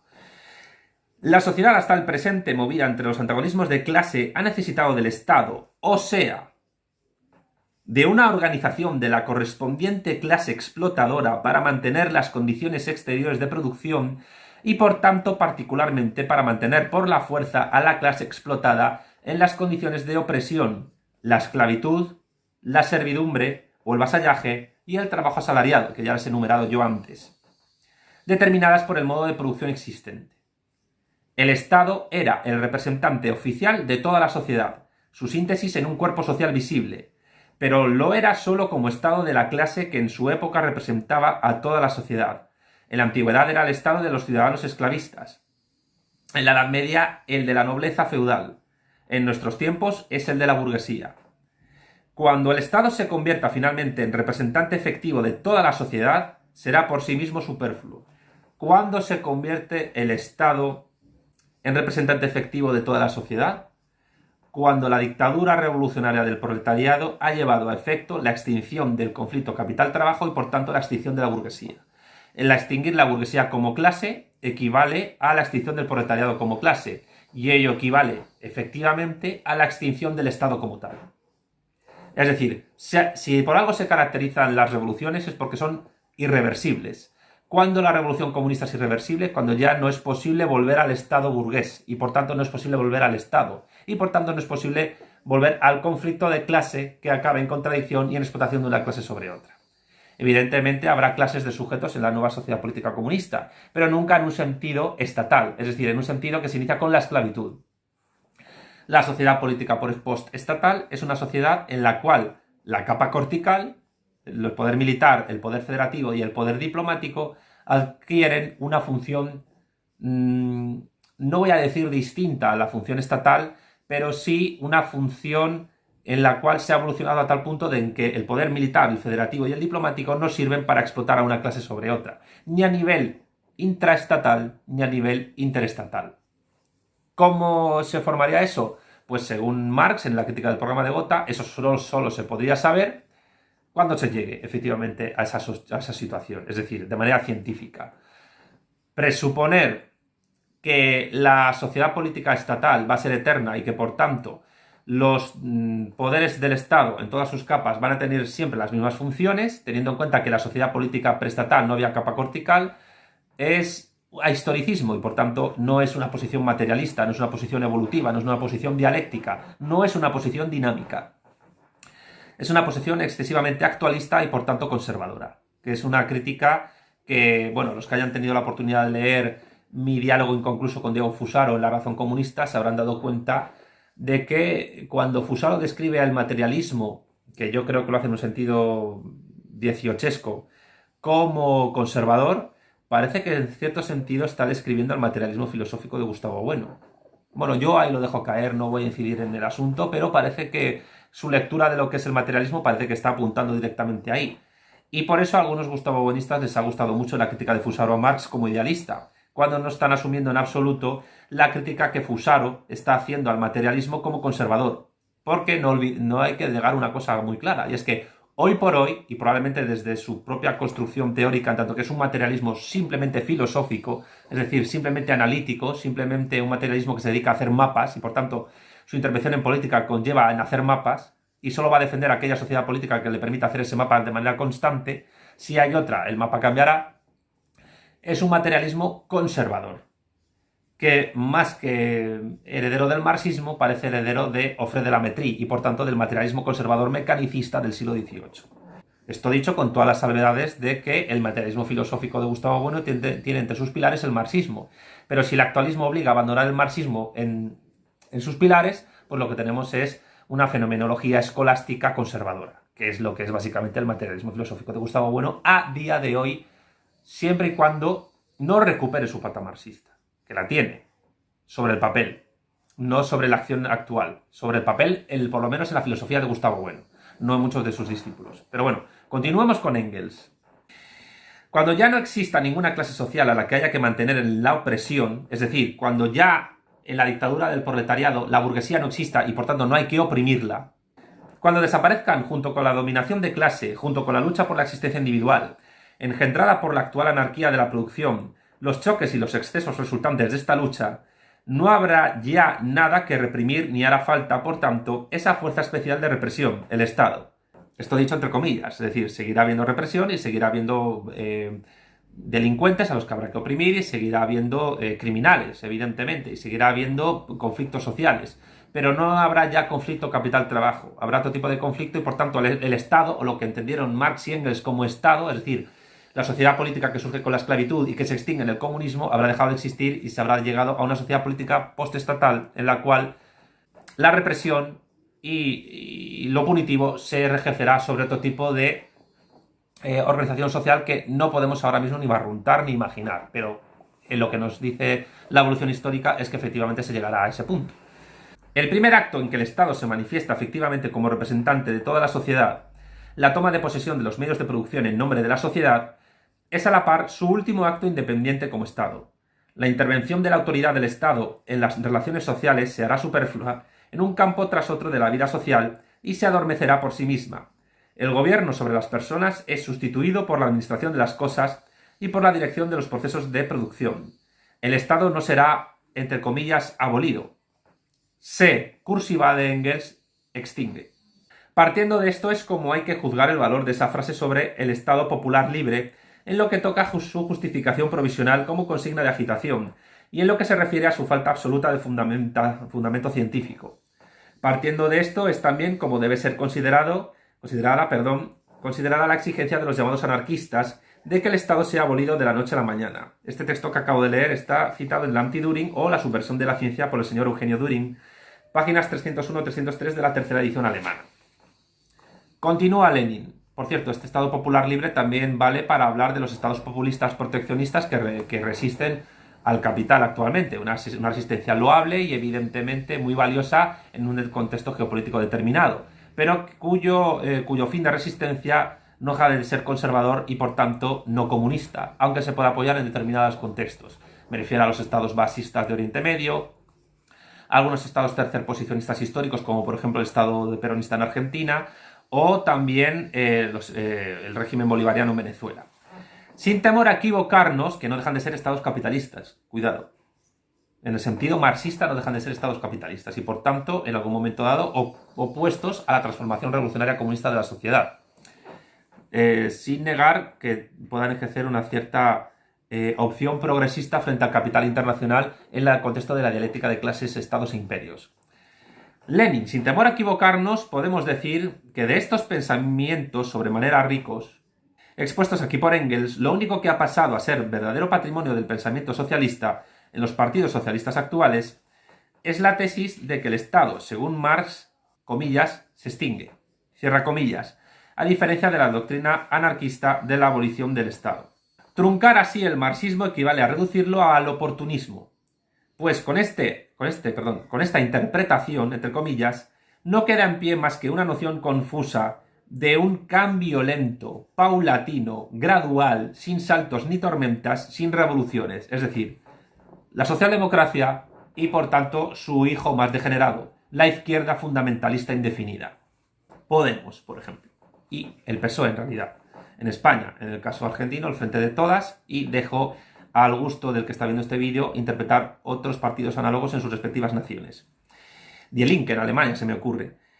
Hablar de, entre comillas, extinción, cierra comillas, del Estado en un sentido corriente, generalizado, de masas, si cabe decirlo así, equivale indudablemente a esfumar, si no a negar, la revolución. Es decir, el progresismo, la socialdemocracia, la distinción izquierda-derecha y, por tanto, la izquierda indefinida son la negación de la revolución comunista. Son la negación de la elevación del proletariado a la condición de clase nacional y son, por tanto, enemigos de la clase obrera y enemigos de los comunistas. De ahí la máxima de Marx: nuestra tarea es la crítica discriminada, y más a los aparentes amigos que a los enemigos declarados. Por eso el comunista en muchas ocasiones tiene que ser, ha de ser necesariamente muchísimo más beligerante contra el progre que contra el conservador, contra el izquierdista o contra la persona de izquierdas y populista que contra el liberal o contra el conservador. Por un motivo muy simple, porque el marxista ya sabe de qué pie cojea el liberal, ya sabe de qué pie cojea el conservador, ya sabe de qué pie cojea el derechista, ya sabe de qué pie cojean otras facciones ideológicas. Pero ha de ser lo suficientemente vehemente e inteligente para poder distinguir al comunista del izquierdista, porque si no, el izquierdista nunca evolucionará al comunista, y el comunista, si no está bien formado o no tiene las cosas muy claras, puede volverse izquierdista, puede volverse progre. Eso fue precisamente lo que ha ocurrido con el Partido Comunista de España. Y cuidado, ocurrió con Santiago Carrillo y sigue ocurriendo ahora con Alberto Garzón. Continúo. Además, semejante interpretación, comillas de Lenin, es la más tosca tergiversación del marxismo, tergiversación que solo favorece a la burguesía y que descansa teóricamente en la omisión de circunstancias y consideraciones importantísimas que se indican, por ejemplo, en el, entre comillas, resumen contenido en el pasaje de Engels citado aquí por nosotros en su integridad. En primer lugar, Engels dice en el comienzo mismo de este pasaje que al tomar el poder del Estado, el proletariado, entre comillas, destruye con ello mismo el Estado como tal. Cierra comillas. Vuelvo a abrir comillas Lenin. No es uso, cierra comillas, pararse a pensar qué significa esto. E insisto mucho en el tema de las comillas, no ya solo porque son citas textuales de los textos de Engels por parte de Lenin, sino porque las comillas advierten de no dar un uso literal anarquista a la cuestión de la extinción del Estado. La sociedad política postestatal en el modo de producción comunista no sería una sociedad política en la cual el Estado formalmente deje de existir. El Estado no puede formalmente dejar de existir porque ha sido una etapa histórica necesaria para la evolución de las sociedades políticas, sino que el Estado se extingue en dos vertientes. Primero, a nivel de la vertiente de su extinción interna, de la dialéctica de clases interna, y a nivel externo, en tanto que forma parte, no se diluye, sino que forma parte de una sociedad política postestatal de rango superior. De hecho, el experimento, entre comillas, o la formación sociopolítica, y esto que voy a decir es tremendamente polémico, pero estoy hablando desde el más puro materialismo histórico, y materialismo filosófico también. La forma histórica de sociedad política que más se ha acercado a esta forma de introducción de la sociedad política estatal en una sociedad política superior en la cual este Estado es simplemente una parte formal suya, son los imperios. Y la Unión Soviética, por mucho que le pueda pesar a muchos marxistas vulgares, no dejó nunca, en sus 69 años de historia, de ser un imperio. Un imperio, evidentemente, de tipo generador, no de tipo depredador, pero efectivamente un imperio. La Unión de Repúblicas Socialistas Soviéticas fue, y al mismo tiempo lo fueron sus estados satélites en Europa Oriental y en otras localizaciones del mundo, un imperio. Un imperio que fue un ensayo de lo que podría ser la sociedad política postestatal en el modo de producción comunista. Y no puedo decir nada más a este respecto porque hasta que no se llegue, y a lo mejor nosotros no llegamos porque nos morimos antes, dentro de muchos años, nunca llegaremos a ver cómo sería esa sociedad política postestatal en el modo de producción comunista. Es algo que solo científicamente, empíricamente, como señala Marx, insisto siempre en ello, en la crítica del programa de Gotha, es cuando se sabrá con certeza. Continúa Lenin. Lo corriente es ignorarlo en absoluto o considerarlo algo así como una debilidad hegeliana de Engels. Debilidad hegeliana, perdón, entre comillas. Debilidad hegeliana en el sentido de retrotraimiento al pensamiento del idealismo de Hegel, que para algunos Hegel es materialista, por cierto. Para Fusaro lo es. Y no solo para Fusaro, para otros teóricos marxistas también. En realidad, y de hecho la vuelta del revés que hace Marx con respecto de Hegel, la puede hacer en tanto que hay elementos muy materialistas en Hegel, sobre todo con lo que respecta al Estado. El materialismo de Marx solo se puede hacer a partir del idealismo filosófico de Hegel. No se puede hacer a partir del idealismo filosófico de Kant. Y esto es muy importante para entender también el desarrollo de la filosofía clásica alemana y de la filosofía actual contemporánea. De hecho, se podría decir, a mi juicio, que dentro del seno del idealismo alemán hay un choque frontal enorme entre lo que deriva de Kant y de lo que deriva de Hegel. Porque de lo que deriva de Kant es la paz perpetua y, por tanto, la democracia liberal burguesa de mercado pletórico, la Organización de Naciones Unidas y la Unión Europea. De Hegel lo que parte es el rechazo a esa armonización liberal burguesa del capital y, por tanto, a su revolución. Sea en una vertiente tercerposicionista, hay que admitirlo, aunque evidentemente eso sigue manteniendo el capital, porque armoniza las clases en un sentido autoritario. Yo siempre insisto en que el fascismo no es más que una socialdemocracia de derechas, o bien en su vertiente de destrucción completa del capital, de destrucción completa de la democracia, del Estado burgués e instauración de la dictadura revolucionaria del proletariado, que en el fondo lo que busca es extinguir el Estado, que es sinónimo de extinguir el capital. Extinguir, por tanto, los restos de la servidumbre y extinguir, por tanto, los restos de la esclavitud. Eso es el fin del Estado en el comunismo y no es otra cosa. Y es una idea que desarrolla Marx, que llevan a la práctica los comunistas y que parte en el fondo del ámbito de la historia donde se desarrolla la dialéctica de clases de estados e imperios, que en Hegel es el espíritu objetivo. Continúa Lenin. En realidad, en estas palabras se expresa concisamente la experiencia de una de las más grandes revoluciones proletarias, la experiencia de la Comuna de París de 1871, de la cual hablaremos detalladamente en su lugar. Y Lenin no había todavía liderado la Revolución de Octubre del 17, evidentemente no vio todo lo que pasó después y que nosotros ya sabemos. En realidad Engels habla aquí de la, entre comillas, destrucción del Estado de la burguesía en cursiva, por la revolución proletaria, mientras que las palabras relativas a la extinción del Estado se refieren a los restos del Estado proletario después de la revolución socialista. El Estado burgués no se, entre comillas, extingue, según Engels, sino que es, entre comillas y cursiva, destruido por el proletariado en la revolución. El que se extingue, sin comillas, después de esta revolución es el Estado o semiestado proletario. Es decir, lo que se extingue durante la dictadura revolucionaria del proletariado, que es la transición socialista según el marxismo, es el conflicto capital-trabajo y, por tanto, la dialéctica de clases entre proletariado y burguesía. Porque al extinguirse el conflicto capital-trabajo llegada a su contradicción, es cuando se extinguen esas dos clases y, por tanto, dejan de existir ellas dos. Porque, insisto en una cosa que siempre se ha repetido en otros talleres que hemos dado, proletariado y burguesía son clases que se necesitan mutuamente para existir. Y, por tanto, la dicotomía izquierda-derecha en las democracias es una dicotomía que responde a la necesidad mutua de la burguesía y del proletariado para existir como clases sociales. El comunista lo que pretende es liderar al proletariado, en tanto que es la clase social mayoritaria dentro de esa mutua dependencia, que tiene la capacidad política por su número y porque es la que genera la riqueza de las sociedades, para poder, mediante la organización revolucionaria política, destruir primero y extinguir después dicha sociedad política, dicha dicotomía. Y por eso Marx toma partido por el proletariado. No toma partido por el proletariado por bondad ni por moralidad, sino por un sentido histórico materialista, porque es la clase mayoritaria productora de la riqueza social y, por tanto, sostenedora de la burguesía como clase dominante, la que organizadamente puede, al acabar con la burguesía, acabarse consigo misma. Y es la única clase social que históricamente ha tenido las armas materiales, formales, estructurales e ideológicas y, por tanto, políticas de poder hacerlo. Y por eso el comunismo, en su oposición al capital, es muy superior al resto de ideologías que se declaran capitalistas. Entre otras cosas porque el comunismo no es anticapitalista, es postcapitalista.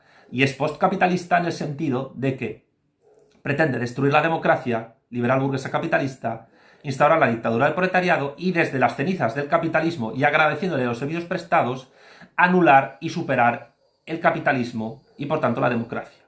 Y, por tanto, el estado de la dictadura de la burguesía. Eso es el comunismo. Y por eso yo desde esta descripción animo a todos los anticapitalistas del mundo que vean este vídeo, y de los países hispanoparlantes en particular, a abrazar el comunismo, a abrazar el marxismo, porque es muy superior en su oposición al capital al resto de ideologías anticapitalistas. Dejen, señores, ustedes y señoras, de ser anticapitalistas y convertirse en postcapitalistas, es decir, convertirse en comunistas. Continuamos. En segundo lugar, el Estado es una fuerza especial de represión. Esta magnífica y profundísima definición de Engels es dada aquí por este con la más completa claridad, y de ella se deduce que la fuerza especial de represión del proletariado por la burguesía, de millones de trabajadores por un puñado de ricachos, debe sustituirse, y cada vez más puñado y cada vez más proletariado, sustituirse, repito, por una fuerza especial de represión de la burguesía por el proletariado, dictadura del proletariado. En esto consiste precisamente la destrucción del Estado como tal. En esto consiste precisamente el acto de la toma de posesión de los medios de producción en nombre de la sociedad. Y es de suyo evidente que semejante sustitución de una fuerza especial, la burguesía, por otra, la proletaria, ya no puede operarse en modo alguno bajo la forma de extinción. Es decir, la destrucción del Estado como tal es la sustitución de la fuerza especial de represión de la burguesía por la dictadura del proletariado. No voy a insistir más en esto porque ya lo he dicho en otros momentos en esta sesión y en la anterior también. En tercer lugar, Engels, al hablar de la extinción, entre comillas, y con frase todavía más plástica y colorida, del, entre comillas, adormecimiento del Estado, se refiere con absoluta claridad y precisión a la época posterior cursiva a, entre comillas, la toma del poder de los medios de producción por el Estado en nombre de toda la sociedad, cierra comillas porque es cita de Engels. Es decir, cursiva posterior, finaliza la cursiva, a la revolución socialista. Todos nosotros sabemos que la forma política del, entre comillas, Estado en esta época es la democracia más completa. Por ejemplo, la que tenemos en el siglo XXI. Pero a ninguno de los oportunistas que tergiversan desvergonzadamente el marxismo se les viene a las mentes la idea de que, por consiguiente, Engels habla aquí de, entre comillas, adormecimiento y de la, entre comillas, extinción de la cursiva democracia. Esto parece a primera vista muy extraño, pero esto solo es incomprensible, entre comillas, para quien no haya comprendido que la democracia también, cursiva, es un Estado, importantísimo, para quien no haya comprendido que la democracia también es un Estado, y que, consiguientemente, la democracia también desaparecerá cuando desaparezca el Estado. Es decir, cuando desaparezca la sociedad política que permite la explotación y la opresión de una clase sobre otra, en el sentido en el cual nace el Estado después de la guerra que lleva al nacimiento de la esclavitud. El Estado burgués solo puede ser, entre comillas, destruido por la revolución, no por el cambio progresista y gradual. El Estado en general, es decir, la más completa democracia, solo puede, entre comillas, extinguirse. Y la más completa democracia, a juicio de Lenin, es la dictadura revolucionaria del proletariado. ¿Por qué es la más completa democracia? Porque no hay explotación a partir de la extracción de plusvalor, que es lo que caracteriza el modo de producción capitalista. Y la extracción de plusvalor es fundamental para que exista la democracia, es decir, la dictadura de la burguesía. En cuarto lugar, al establecer su notable tesis de la extinción del Estado, entre comillas, Engels declara a renglón seguido, de un modo concreto, que esta tesis se dirige tanto contra los oportunistas como contra los anarquistas de cualquier pelaje. Además, Engels coloca en primer plano la conclusión que, derivada de su tesis sobre la, entre comillas, extinción del Estado, se dirige contra los oportunistas. Podría apostarse que de 10.000 hombres que hayan leído u oído hablar acerca de la extinción del Estado, 9.990 no saben u olvidan en absoluto que Engels no dirigió solamente contra los anarquistas sus conclusiones derivadas de esta tesis. Y de las 10 personas restantes, lo más probable es que 9 no sepan qué es el Estado Popular Libre y por qué el atacar, entre comillas, Estado Popular Libre. Esta consigna significa atacar a los oportunistas. Así se escribe la historia, así se adapta de un modo imperceptible la gran doctrina revolucionaria al filisteísmo dominante. La conclusión contra los anarquistas se ha repetido miles de veces, se ha vulgarizado, se ha inculcado en las cabezas del modo más simplificado, ha adquirido la solidez de un prejuicio, pero la conclusión contra los oportunistas la han esfumado y, entre comillas, olvidado. El Estado Popular Libre, es decir, el Estado socialista que no sea marxista ni dirigido por una vanguardia revolucionaria proletaria, llámese peronismo, llámese bolivarianismo, llámese podemismo, llámese Estado progresista, llámese basismo, llámese República Social Italiana, llámese Estado Nacional Sindicalista, da exactamente igual el término que se termine, llámese Estado corporativo, llámese Estado Socialista de Sri Lanka. Era una reivindicación programática y una consigna corriente de los socialdemócratas alemanes en la década del 70, y llámese estado del bienestar también. En esta consigna no hay el menor contenido político, fuera de una filistea y enfática descripción de la noción de democracia. Engels estaba dispuesto a justificar por el momento esta consigna desde el punto de vista de la agitación, única y exclusivamente, por cuanto con ella se insinuaba legalmente la República Democrática.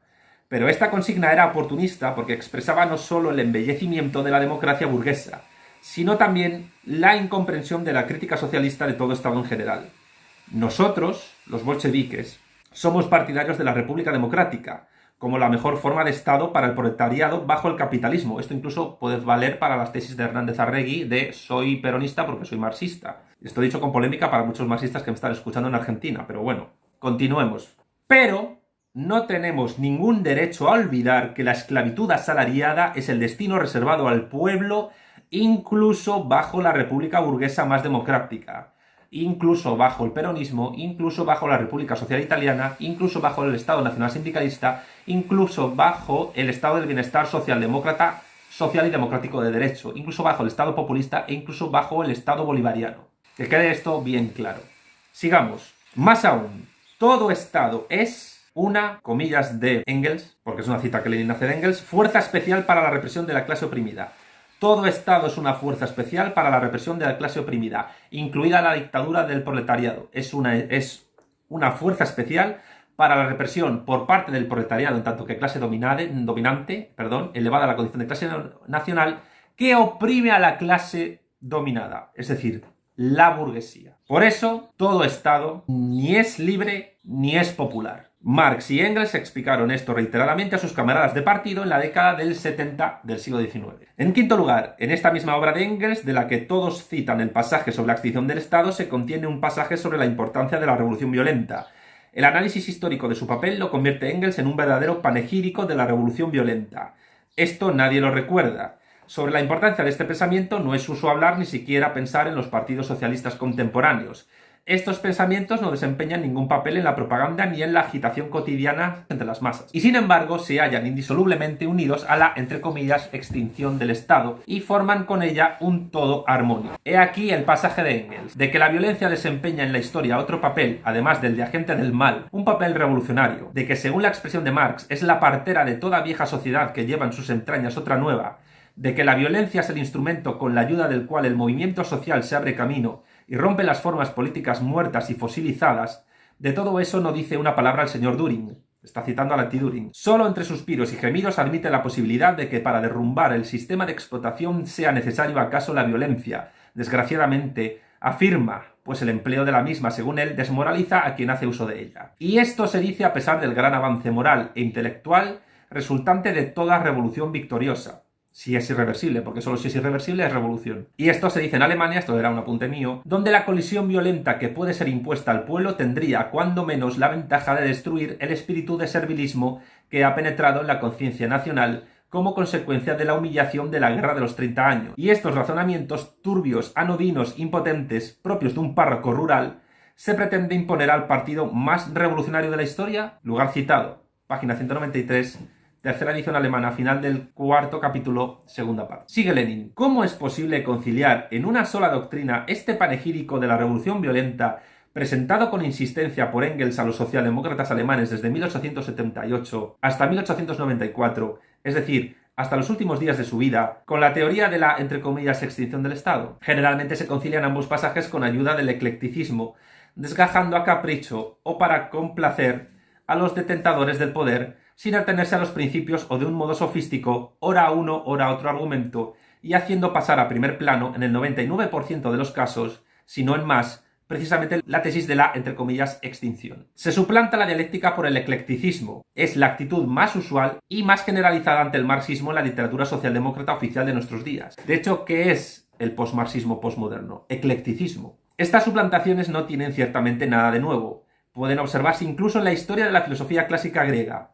Es decir, no hay acontecimiento actual que no tenga su eco en el pasado. Con la suplantación del marxismo por el oportunismo, el eclecticismo presentado como dialéctica engaña más fácilmente a las masas, les da una aparente satisfacción, parece tener en cuenta todos los aspectos del proceso, todas las tendencias del desarrollo, todas las influencias contradictorias, etc., cuando en realidad no da ninguna noción completa y revolucionaria del proceso del desarrollo social. Ya hemos dicho más arriba, y demostraremos con mayor detalle en nuestra ulterior exposición, que la doctrina de Marx y Engels sobre el carácter inevitable de la revolución violenta se refiere al Estado burgués. Este no puede, cursiva, sustituirse por el Estado proletario, por la dictadura del proletariado, mediante la, entre comillas, extinción, sino solo, por regla general, mediante la revolución violenta. El panegírico que dedica Engels a esta y que coincide plenamente con reiteradas manifestaciones de Marx, recordaremos el final de Miseria de la Filosofía y del Manifiesto del Partido Comunista, con la declaración orgullosa y franca sobre el carácter inevitable de la revolución violenta,